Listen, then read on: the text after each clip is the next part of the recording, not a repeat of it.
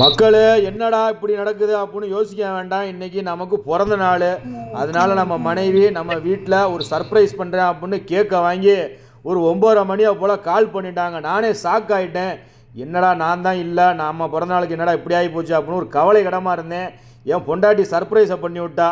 கேக்கை வாங்கி இந்தாங்க ஊதுங்க அப்படின்னா நானும் ஊதுன்னு ஊதி வெறும் ஃபோன்லேயே பார்த்து தின்னுக்கிட்டு இருக்கேன். கஷ்டம் கவலையெல்லாம் மறக்கணும், இருந்தாலும் நம்ம பொண்டாட்டியோட ஆசையாச்சு. அதெல்லாம் ஹாப்பி பர்த்டே புருஷா அப்படின்னா தேங்க்யூ மனைவி அப்படின்னு என்னோட ஆனந்த கண்ணீரால் அவள்கிட்ட ஒரு கண் கலங்கி போச்சு. மக்களை வெளிநாட்டு வாழ்க்கைனா இப்படித்தான். அதனால் யூடியூப்பில் ஒரு வீடியோவை போட்டு விட்டு 2 பேரும் பார்த்துக்கிட்டு இருந்தான்.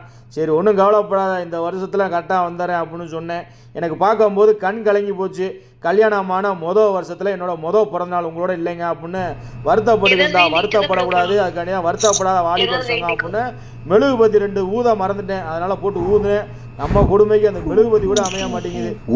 ஊதுல மூச்சு தான் மக்களே போச்சு. என்ன பண்ணுறது, இருந்தாலும் ஊதியாச்சு. ஃபோனில் தான் ஊதுனா. இந்த மாதிரி வெளிநாட்டு வாழ்க்கையில் தொலை தூரத்தில் நம்ம இருக்க கஷ்டம் கவலையெல்லாம் மறக்கிறது நம்ம கூட இருக்க பொண்டாட்டி தான். பொண்டாட்டியை துன்புறுத்தாமல் இருக்க மக்களே.